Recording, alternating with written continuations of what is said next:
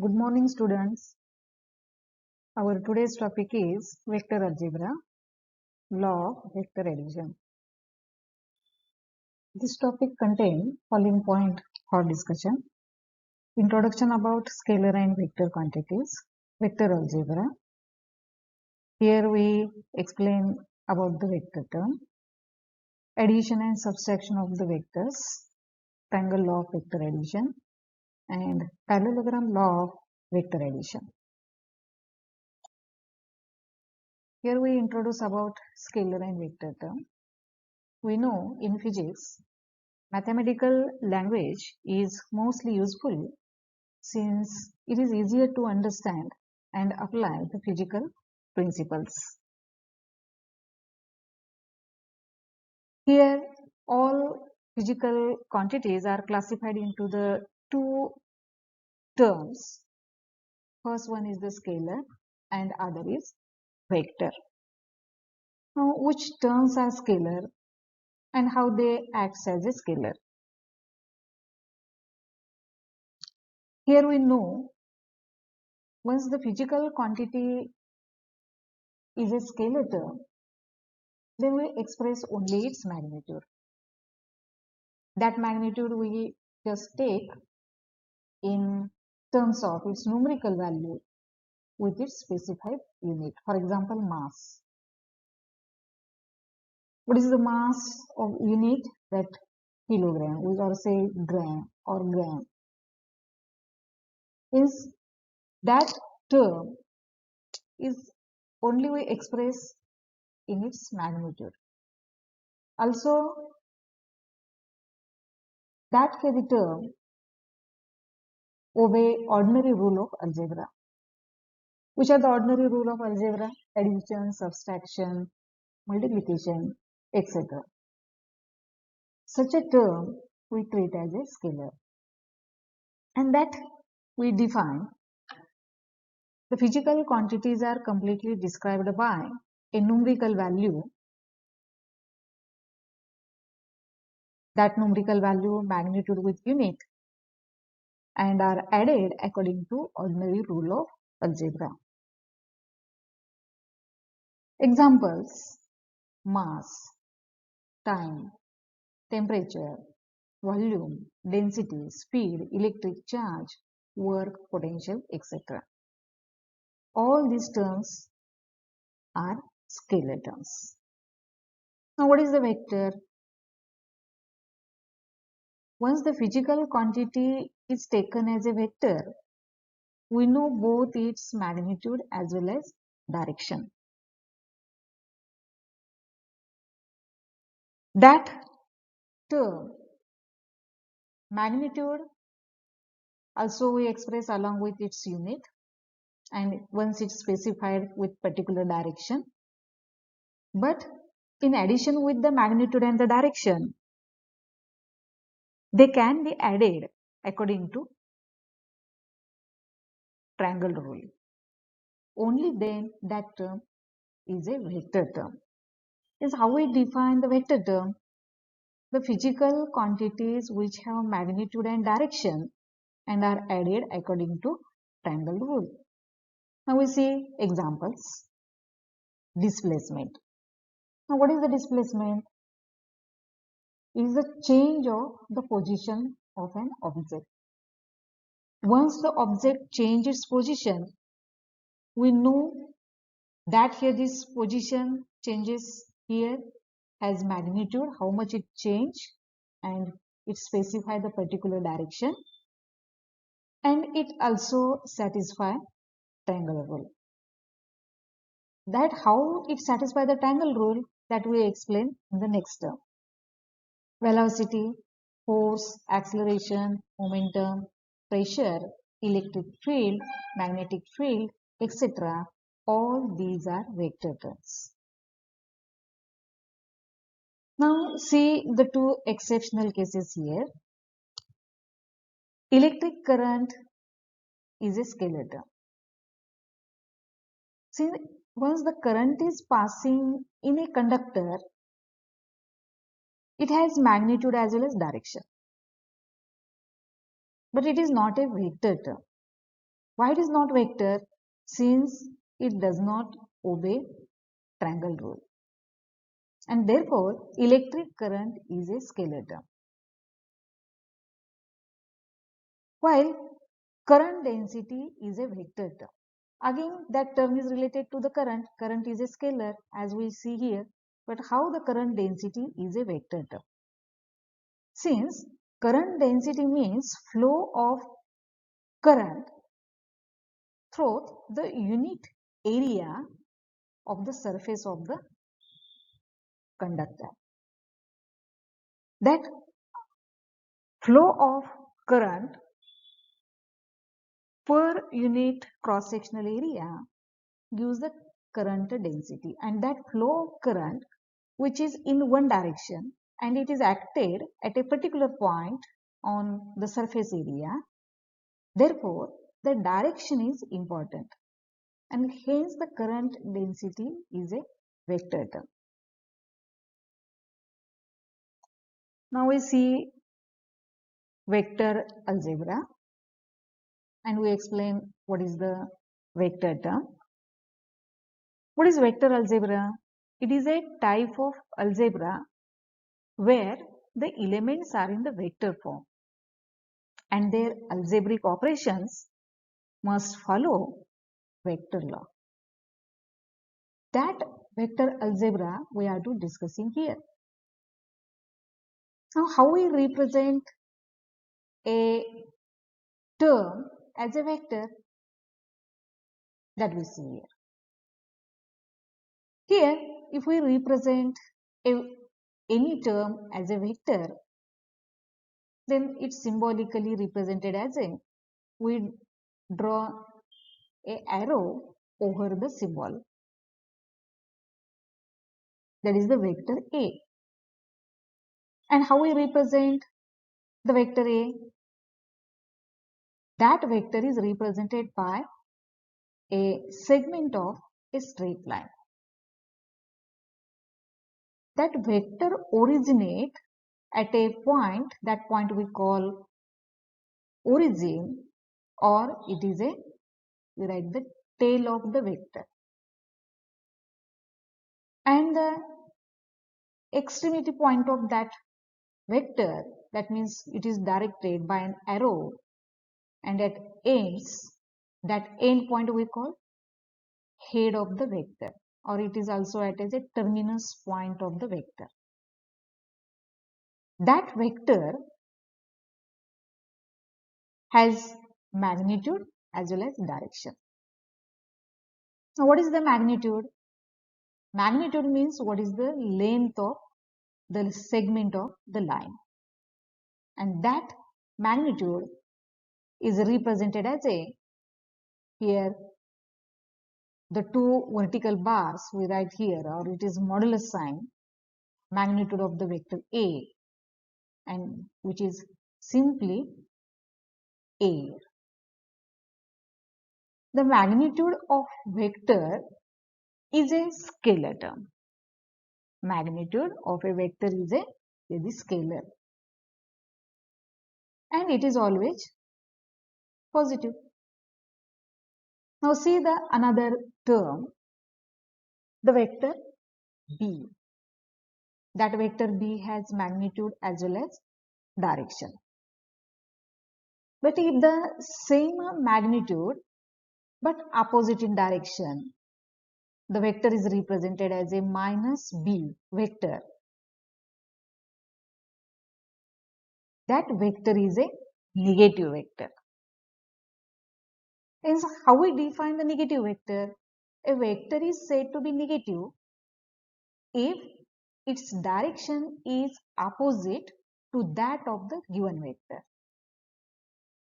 That vector is a negative vector. In the same case, we define what is the null vector. Null vector, that vector which has zero magnitude or zero magnitude. How it is a zero magnitude? Since the null vector is a result of the two vectors which having the same magnitude but opposite in direction. Then only its magnitude is 0 and it has here the undeterminable here this direction.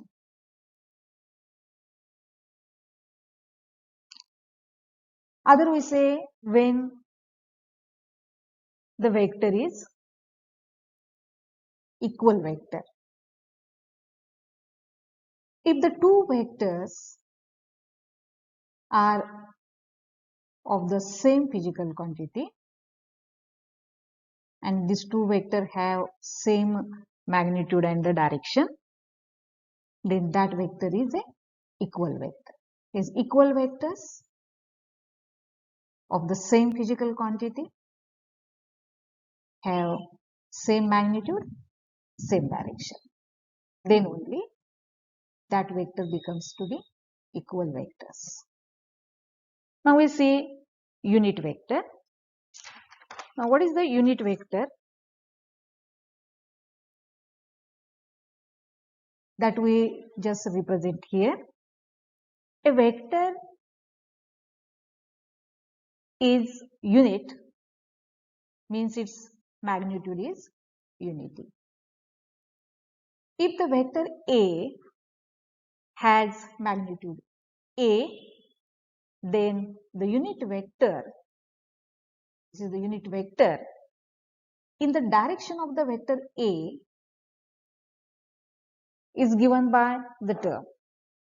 Unit vector is defined as, it is the ratio of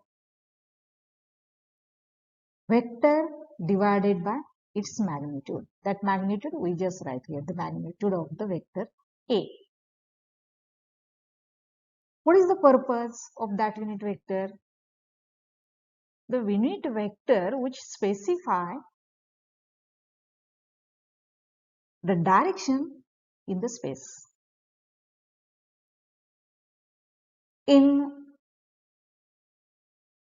three-dimensional case,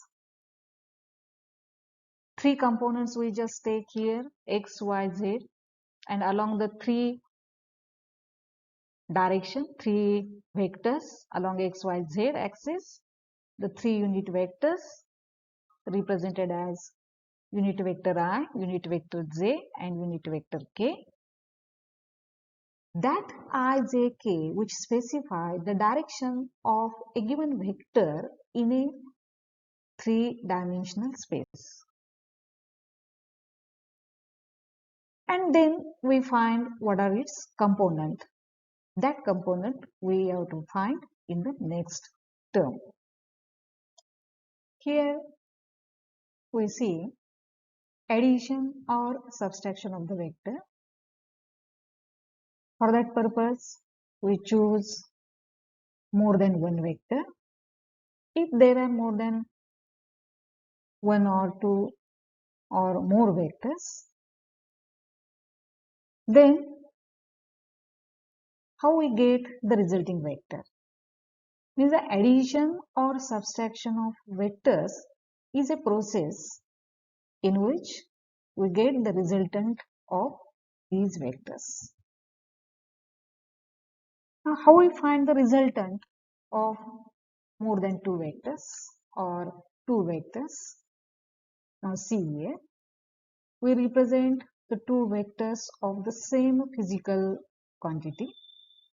Vector A that represent the velocity v1, another vector B which represent the velocity v2. Therefore, the resultant of the two vectors we get if the two vectors are added. The resultant vector C is the vector sum of the velocity component along the vector A plus the velocity component along the vector B. Now how we see the subtraction of the two vectors? Here we choose one vector, velocity vector, other are also having the same quantity velocity. Vector A whose velocity is v1 in positive direction, and another vector b also has velocity, but that velocity is in the negative direction. In such a case, we get the resultant of the two vectors by subtraction. In the resulting vector c is equal to vector a minus vector b. If the vectors are not in the same direction or opposite in direction, then vector addition can be obtained by any one of the following methods. And that method is triangle law of vector addition and parallelogram law of vector addition. These two laws we are explaining here. What is triangle law of vector addition? Now we draw a triangle by choosing the two vectors of the same physical quantity, vector A and vector B. Both vectors have same physical Cartesian quantity, and result of the two vectors we get by using the triangle law. Now how we give the statement of the triangle law of the vector addition? Now see here, the two vectors represented by the magnitude and the direction, and these two vectors represent the two sides of the triangle. The two vectors are represented in such a way that they are in the cyclic order. Means what? The head of the vector A coincide with the tail of the vector B. This is the cyclic order of the vector A and B. Then, if the two vectors are in the cyclic order, their resulting vector A plus B is opposite to that of cyclic order of the first two vectors. And hence we write the statement. If the two vectors of the same physical quantity of the same type are represented by the two sides of the triangle, one side A, other side is B, both are taken in the cyclic order, then the third side of the triangle represent the resultant of the two vectors in magnitude and the direction, but the direction of the resultant vector is opposite to the cyclic order of the two vectors where they are drawn. That law we say triangle law of vector addition. If there are more than two vectors, then how triangle law of vector addition we draw here? See, vector A and vector B are represented in the cyclic order. These are the two sides of the triangle.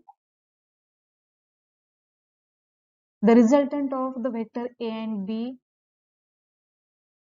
is the third side of the triangle, and that side of the triangle is acting opposite of the cyclic order of the first two vector. Is vector A and vector B, and its result vector A and A plus B is opposite to that of the cyclic order of the first two vectors. See, A plus B is the one vector and vector C is the another vector. We just draw in the same manner. The tail of the vector C coincide with the head of the vector a plus b, and we get the result a plus b plus c. That order is opposite to the cyclic order of the a plus b and vector c. Again, the vector a plus b plus c, its head coincide with the tail of the vector d. And we find the result of a plus b plus c and vector d. These are the two sides of the triangle. Then its result is along the third side of the triangle, a plus b plus c plus d.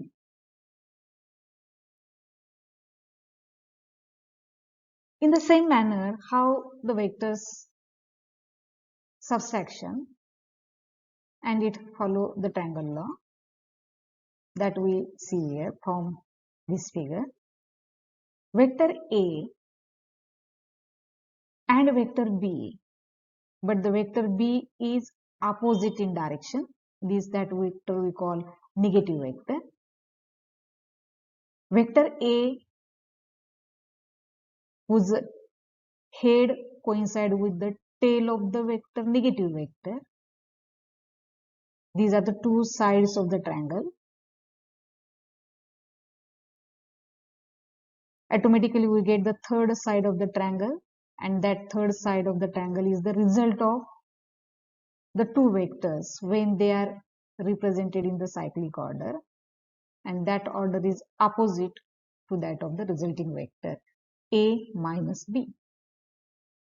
This is the regular case as see here, vector a, vector positive vector b, representing its result as a third side of the triangle a plus b. Here, the vector addition or subtraction follow commutative as well as associative law. Now, how the vector addition obey commutative law of vector addition? Here, commutative law, vector A and vector B, two sides of the triangle, the result of the two vectors, we get the resulting vector a plus b. If we take the b plus a, we get the same result. In the commutative law is a plus b must be equal to b plus a. Means the addition of the vector b to a is same as the addition of the vector a to b. Therefore, this law is known as commutative law, and it is true for any two vectors. Secondly, how vector addition obey associative law, that we see here. Associative, here this law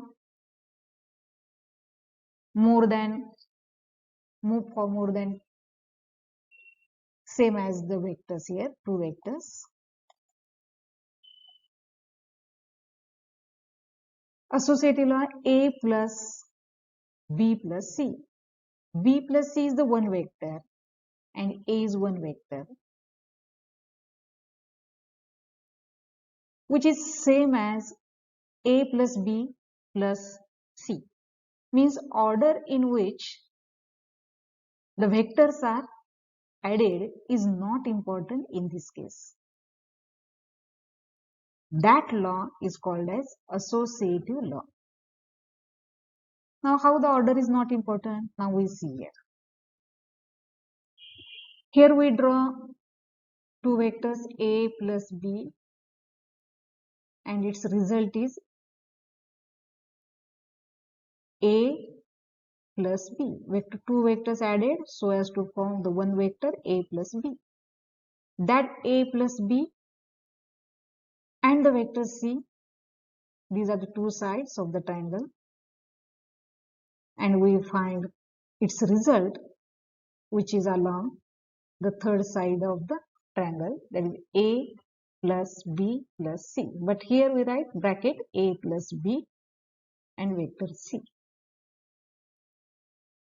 But here, as A plus B is the one vector and C is that one, or we say here the B plus C, the two vectors combined together and it form the B plus C, these two vectors, B plus C, and we get the resulting vector B plus C. That B plus C and A. So therefore, this triangle we just take into consideration. And here, its result is A plus bracket B plus C.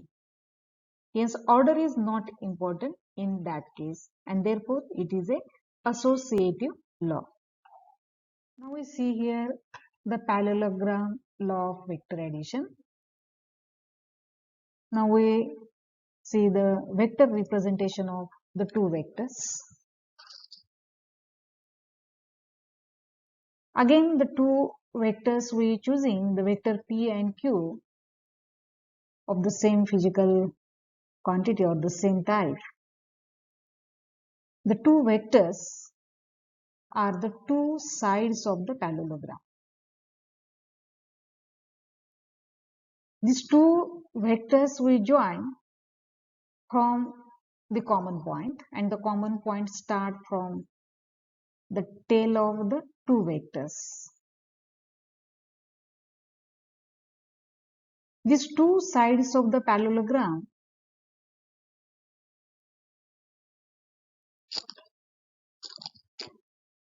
form resulting vector R, and that vector R, its magnitude and direction we find here. How we give the statement of the parallelogram law of vector addition? If the two vectors are presented in magnitude and the direction, that is vector P and A, this Q, these are the two adjacent sides of the parallelogram, then the resultant vector is along the diagonal of the parallelogram, which pass through the common point O of the two sides, with common point as is the origin. That law is a parallelogram law of vector addition. Using such a parallelogram, here this law, the resulting vector is along the diagonal of the parallelogram. We have to find what is its magnitude and what is its direction. The direction of the resulting vector, which depends upon the angle taken by one of the vector with this R, that is the phi. And once we find the magnitude of the vector R, then we just take into consideration what is the angle between the two components, two sides of the parallelogram, adjacent sides of the parallelogram, that is the theta. Hence, we use this geometry and find what is the magnitude and its direction. Here, for calculating the magnitude, we choose the angle BOD is same as the angle CAT that we writing here. BOD is exactly same as the angle CAD. Hence, here one triangle is formed here. Which triangle? That is CAD.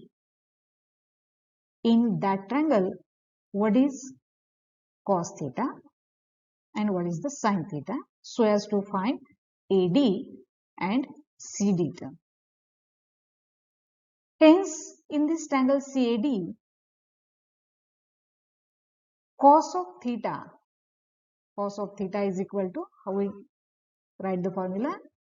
AD divided by AC. And what is sin theta? Sin theta is equal to CD divided by AC. These two terms we separately find here. Firstly, find sin theta and find once CD, we extend that parallelogram. CD equal to sine of theta multiplied by AC. But AC is same as the vector Q, and therefore we write the Q sine theta. Hence, the magnitude of the AC is equal to Q sine theta. Similarly, from cos theta, AD divided by AC. Therefore, what is AD? This is a cos theta AC. Again, AC is Q. Therefore, AD is Q cos theta. Now, find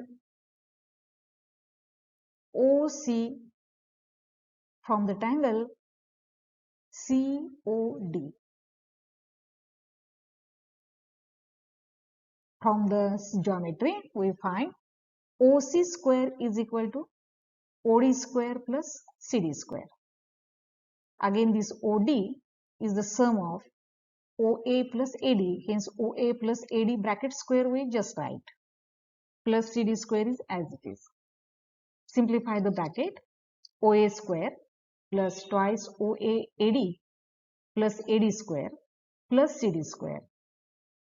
But from here the geometry, AD square plus CD square, it gives AC square. Hence we put directly the value here. AC is equivalent to Q. Therefore, OA is P. Is P square, R square is equal to P square plus twice PQ cos of theta plus Q square. Therefore, the magnitude R is equal to square root P square plus Q square plus twice PQ cos theta. Similarly, find the direction. To find the direction of the resulting vector R, again we choose another triangle COD. In that triangle, we have to find what is the tan phi. Tan phi is equal to CD divided by OD. OD is again OA plus AD. All the terms we, to find direction of the resulting vector R, we see the geometry earlier directly from the triangle COD. To find tan phi equal to CD by OD. OD is again OA plus AD. Numerator to CD. CD and AD known and find earlier. Q sin theta divided by P plus Q cos theta. Therefore, we write simplify is the tan inverse of Q sin theta divided by P plus Q cos theta. And R is earlier term. R is equal to under root P square plus Q square plus twice PQ cos of theta. Now here we find the particular direction, what is the magnitude of the resulting vector R. It means for different values of theta taken as 0, 90 degree, 180 degree, what is the amplitude of resulting vector R. Now see the first case.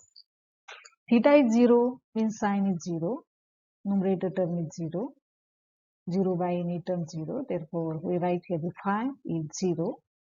But what magnitude? Cos 0 is 1. Therefore, r equal to under root p square plus q square. And if we take outside, we write simply p plus cos 0 is 1. Therefore, p square plus q square plus twice pq. P plus q bracket square. We take the outside of root. It becomes p plus q. Second, at theta is equal to 90 degrees, sine is 1.